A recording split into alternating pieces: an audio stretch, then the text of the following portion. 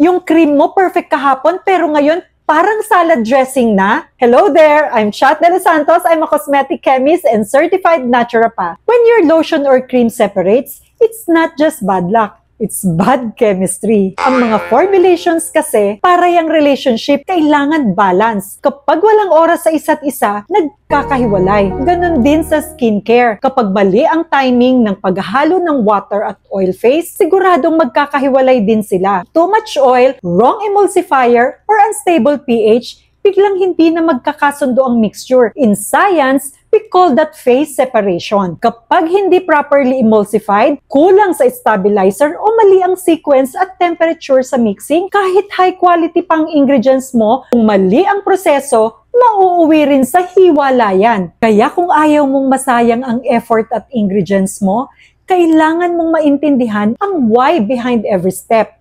Timing, proportion, pH balance, and the right emulsifier. That's how you create stable, professional-grade skincare that stays together. So if you want to master the science behind long-lasting, high-performance skincare, join my 2-day professional hands-on training limited to only 20 students. You will learn how to formulate creams, toners, and serums na hindi nagkakahiwalay. Type formulation in the comments to save your slot. See you there!